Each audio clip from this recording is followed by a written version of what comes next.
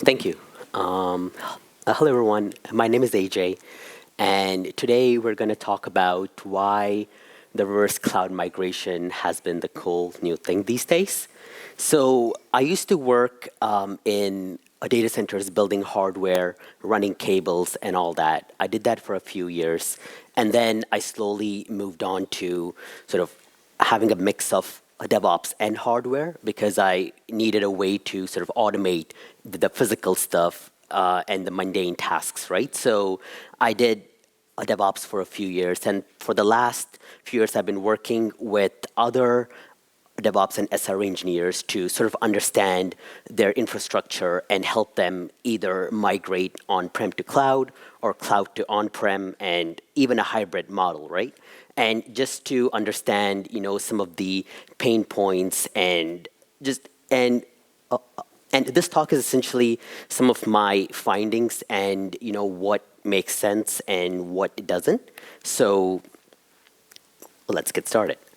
So initially, a cloud was meant to cut costs, right? So you had straightforward subscription fees, but then you had other costs like compliance costs, data transfer costs, and generally, you have resources up and running and they're unchecked, right? So you have a devs or in staging environment, these resources which are not really tracked, and then there's also cost moving from the on-prem to cloud. Like it's not just the data that is involved, but also the time of your engineers, right? And also the app refactoring, all of that. So you don't want to be in a situation where you move your infrastructure and then realize, oh wait, maybe this was not meant for the cloud, and then try to move it back, right? So the first step to knowing, to optimizing is to know where your infrastructure is and how you want to sort of move it to the cloud or to on-prem, right? So you have to know that the cloud companies, they thrive on the lack of optimization, right? So they'll be happy if you run your VMs forever on the thing without, and that's how they make their money, right? So it's essentially, as I mentioned the previous slide, unchecked proliferation of just cloud and your resources running.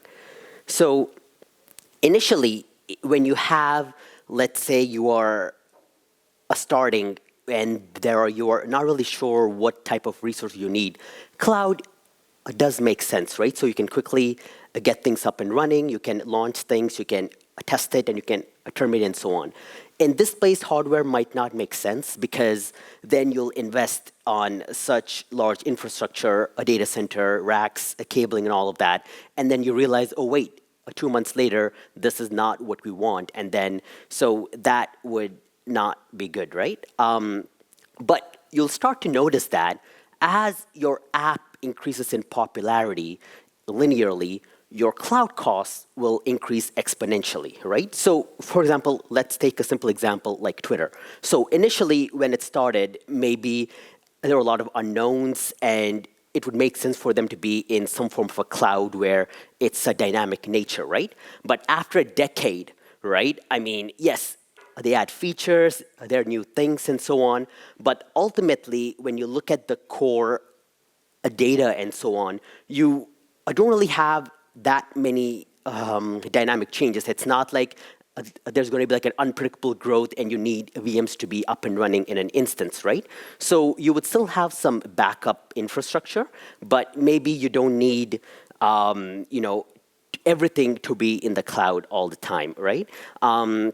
So it's difficult to control costs, and even if the cloud providers they provide, the tools to manage your billing and to check your resources. You have janitor-type services where it will decommission or turn down the instance if it's not in use based on labels and so on. So you can do it, but ultimately, you end up in a situation where you leave the faucet running, right?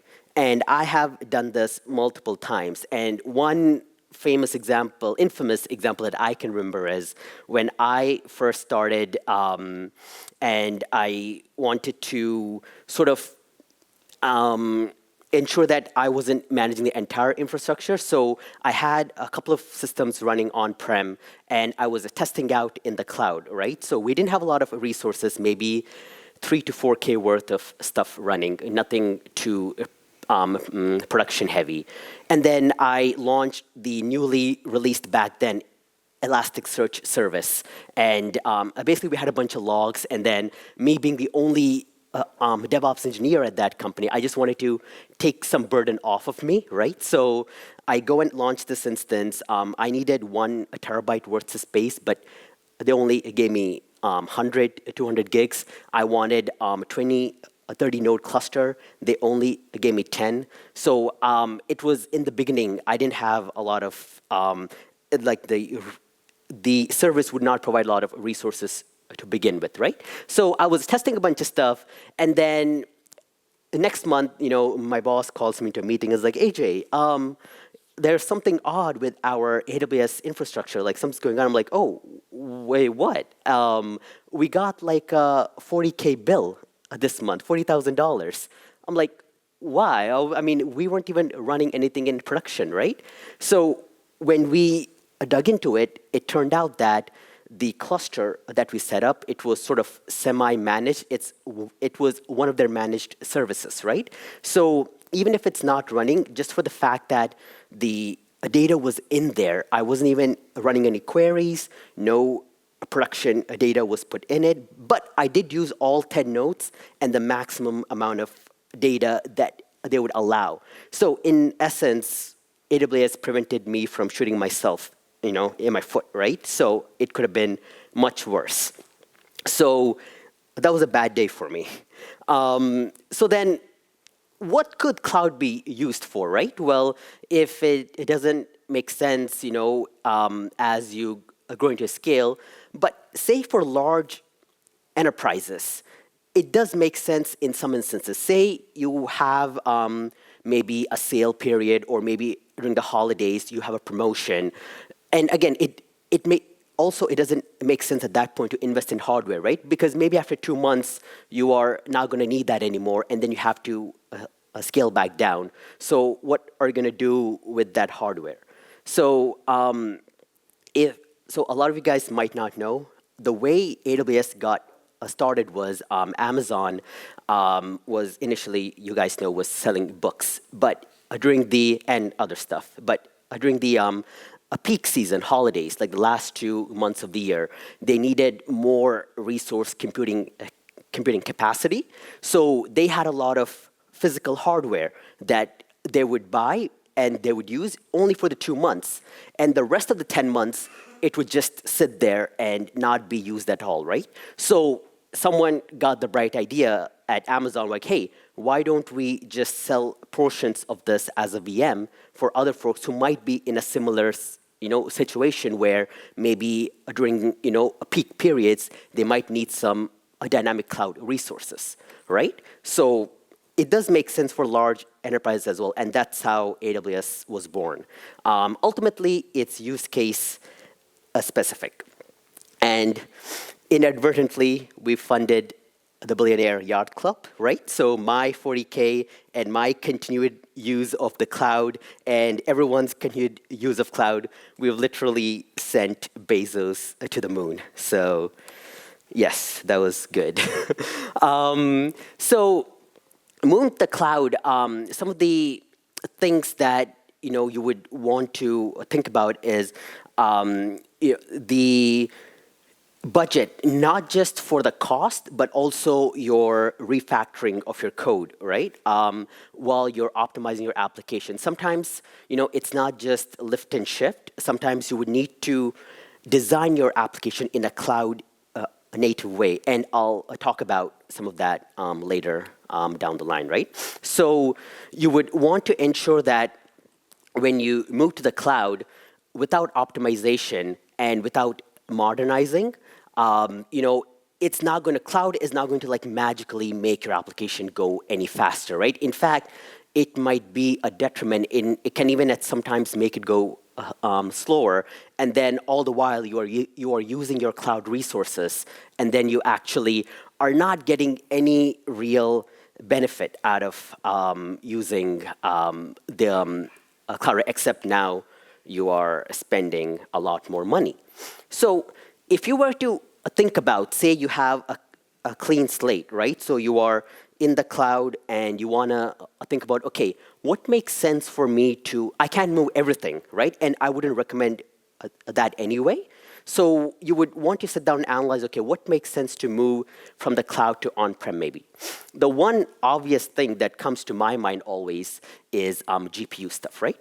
So GPU processing is very, very expensive in the cloud, right? And not just the GPU processing, but the storage and the data and the ingress, egress, and especially if you have some resources on-prem and some resources in the cloud. So all your data is on-prem and your GPU resources are in the cloud, and now you have this back and forth. And not only is it going to cost you, it's going to delay the processing of that data with this round trip.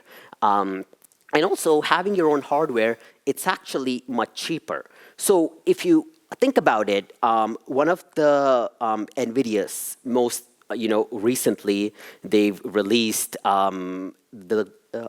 I believe the cost was around $250K dollars. So yeah, it's very expensive. But if you look at the same thing in cloud, it might be $100K, right? So obviously, cloud seems cheaper.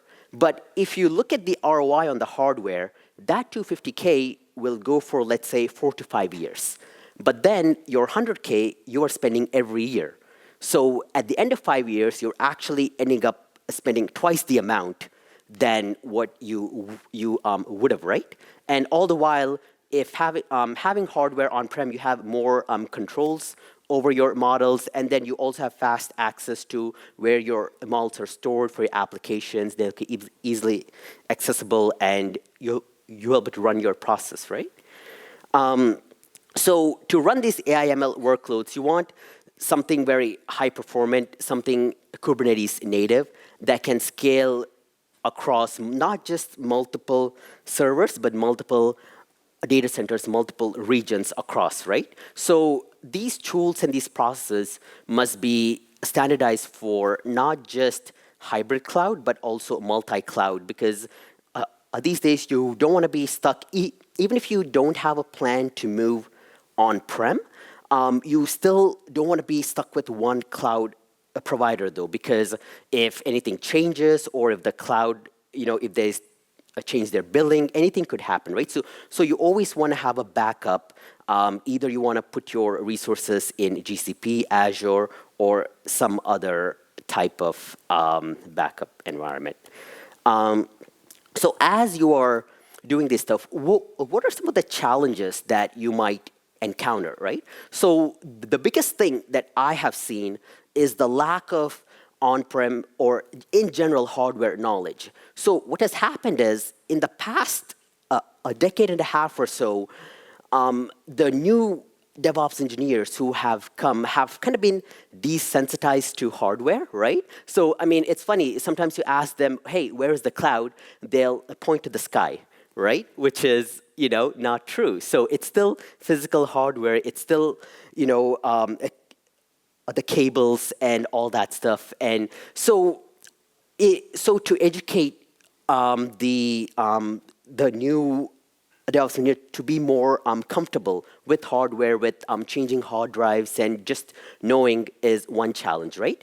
And you have the initial hardware costs, like I mentioned. So spending a $250K initially, and that too on one thing, what if that goes down? So you need a backup, and now you're spending $500K, right? And maybe one GPU machine is not enough. You need two. Maybe you have two sites. So the cost can add up very quickly, right? So you would need to think about the hardware cost.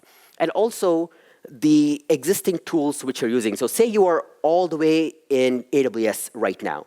So now you have to think about, well, what if that service is not available outside? So something like IAM, which only works on AWS. Now, if you want to go on GCP, yes, they have their own authentication as well, but it's not like a one-to-one comparison, right? So like that, you have a lot of tools in your infrastructure that you have to account for, how you can use this in other locations as well. And in general, either after migration or during migration, you want the services to be still up and running, right? So it's like a highway. If a construction is going on, you don't want to block the entire highway, right? So traffic should still be going while you are doing your maintenance and so on. So that is a challenge as well.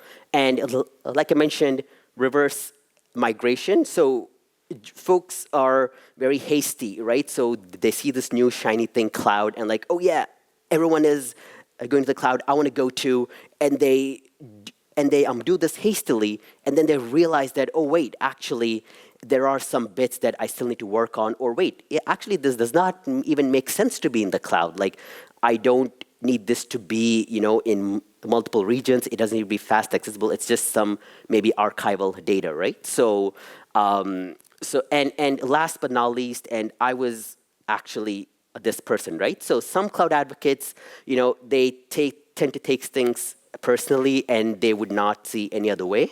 And yes, I was one of these people. I used to fight with my boss all the time, like, no, we should all go full cloud, like nothing else. I had this like tunnel vision.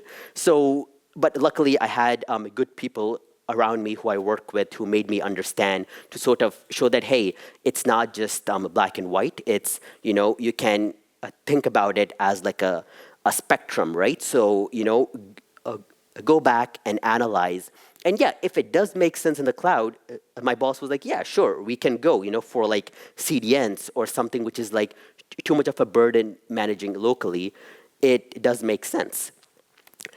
Ultimately, think of cloud as not a location, but like an operating model. No matter you're in multi-cloud, hybrid cloud, or on-prem Kubernetes, even bare metal, it doesn't matter where you are. The tools which you're going to use, make sure they're homogeneous across all these environments. You, as the DevOps and the infrastructure engineer, need to ensure that, okay, you take care of the underlying intricacies and changes and all that, but the platform engineers and the other users who are actually not just your customers, but your internal engineering teams who are using this infrastructure, you don't want to have different pieces or different infrastructure, because then in their code, they have to account for that, and that could cause issues, right, with testing and all of that. So how do we make this possible? So some of the things that you would want to think about is your continuous integration and continuous delivery models, right? So things like your artifacts. Are you currently building your own artifacts, or are you pulling the artifacts? By artifacts, I mean Docker images, ISOs, and so on, right? And where are you storing these artifacts? Like, are you storing them in the cloud, or do you have your own artifact repository? And how are these being deployed? Are you using many cloud-specific tools, or do you have your own tooling and the different pipelines? And SLA inversion here essentially means the infrastructure SLA ultimately determines your customer and your app SLA, right? For instance, as a DevOps engineer, for me, even the dev environment, I consider a production environment. And I'll tell you why. Because if a dev environment goes down, there's no way an engineer can push their code to prod just by stage and prod, right? Because then they didn't go through the full testing process. And now, even though the stage and prod is up, we are still considered down, right? So that's what I mean by SLA inversion. So I, as a DevOps engineer, needs to make sure that even the dev infrastructure is always available for our engineers. And needless to say, always use something like Terraform or infrastructure as code to version your code. Not only for your own sort of pseudo documentation. I'm not recommending using infrastructure as code as documentation, but say a new engineer joins your team, they can quickly look at a manifest and then understand, what is the infrastructure layout and where everything is deployed, and they can quickly get a sense of everything. And earlier I mentioned different ways of designing the applications, right? So one of the ways, is not the only way. One of the ways is the 12-factor app method. Basically, you want to make sure things like you don't hard-code environment values, you use them as environment variables, don't hard-code your credentials, and also make sure that you are able to deploy your applications across multiple environments and so on. So it goes very deep into it, but this is something you would want to ensure that you would think about, right? So if I were to put this in a pipeline, I would think of it as two. So there's the integration build pipeline, and there is the delivery and a deployment pipeline, right? So in the build pipeline, that's where I pull the images from upstream, and I build my own versions of it, and then I push it in a local registry, either in the cloud, on-prem, wherever, and then you test those with something like Vagrant. And then when you actually want to deploy it, you would use some infrastructure as code tool like a Terraform CDK.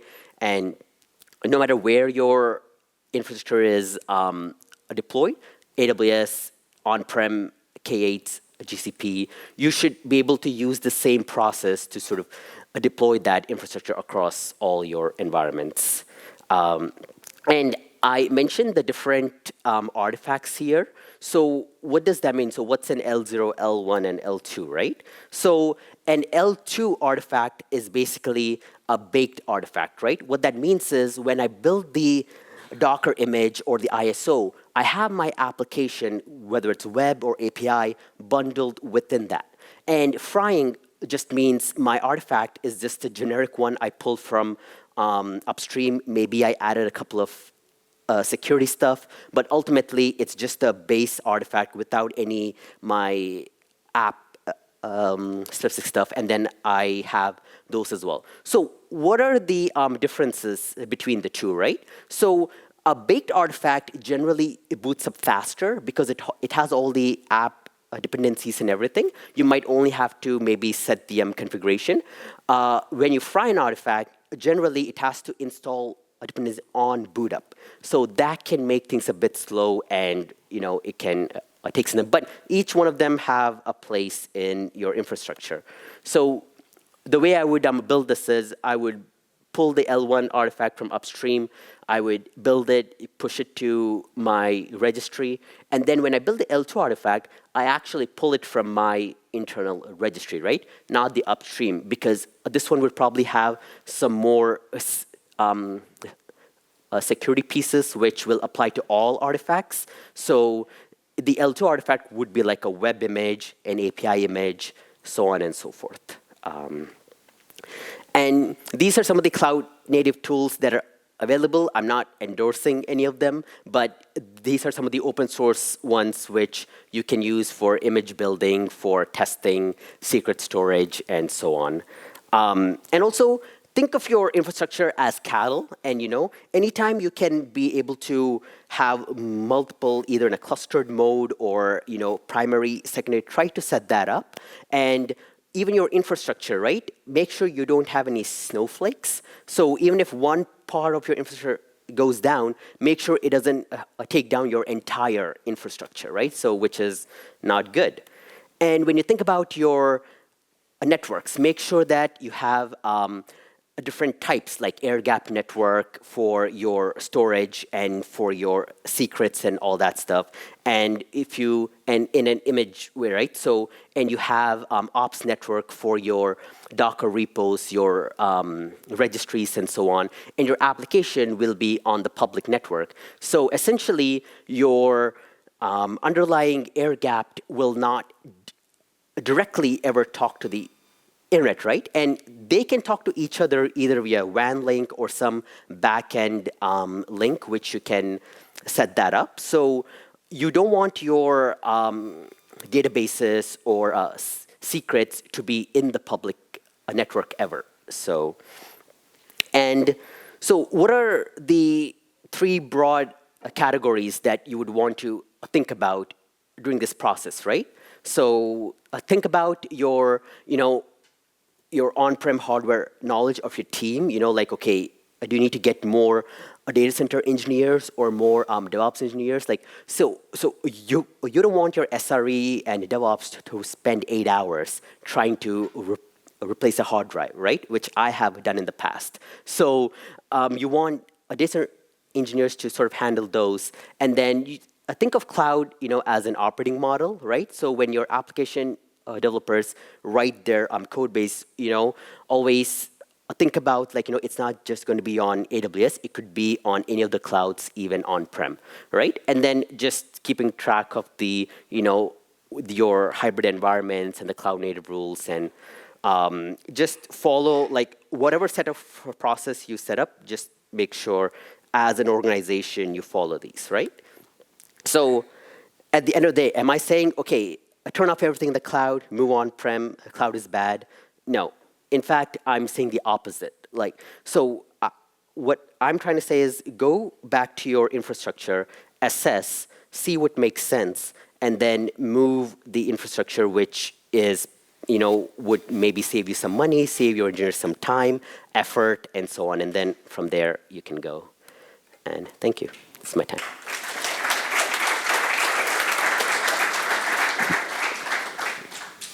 Thank you very much, Jester. Are there any questions? Yes, there are questions.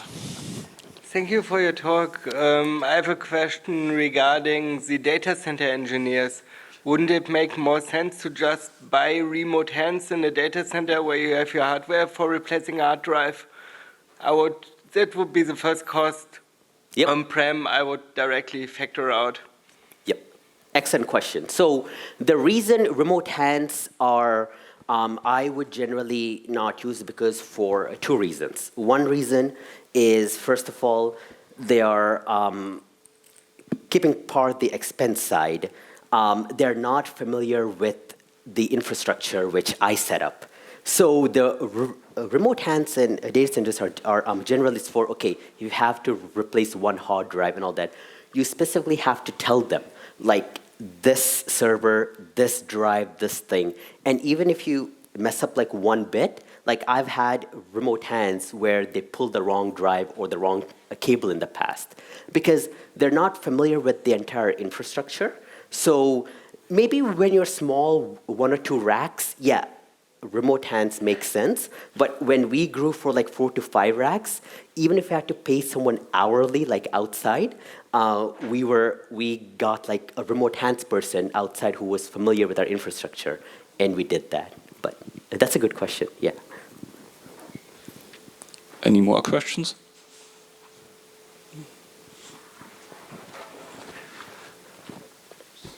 Would you say like there's a range between, I mean, there's also like on-prem data centers that offer stuff as a service. Yeah, so I mean, you go like from, platform as a service to software as a service. So there's a whole range. Do you think like there's a sweet spot, or would you say like you really have to, pull out your own hard drives eventually, or like provisions, I don't know, machines via API? Is this something, where would you see the sweet spot? Yeah, no, that's a great question. So, there are many companies who do that already. So a popular one that comes to my mind is Equinix. And I believe Hetzner, sorry, I don't know how to pronounce, they also do some form of like hardware. So yeah, so these companies, they provide managed hardware services. Like either they provide the hardware or you can tell them, hey, I need certain GPUs, certain hardware, and they provide the management service as well. So you don't have to step foot in the data center at all, and you don't need your own data center engineers at all. But you either have full CPU processing power of that hardware, or you can even ship your own hardware, right? And they can manage like 5 to 6 racks on their own, and they have dedicated engineers who are just assigned to your own thing. So like the previous question, right? So rather than having some random person each time work on your hardware, you can have one member from that company who is familiar with their hardware and just work on that. Yeah, that's also a good midway. Yep. Thanks. Are there any questions? Okay, thank you very much, AJ Jester. Awesome. Thank you, guys.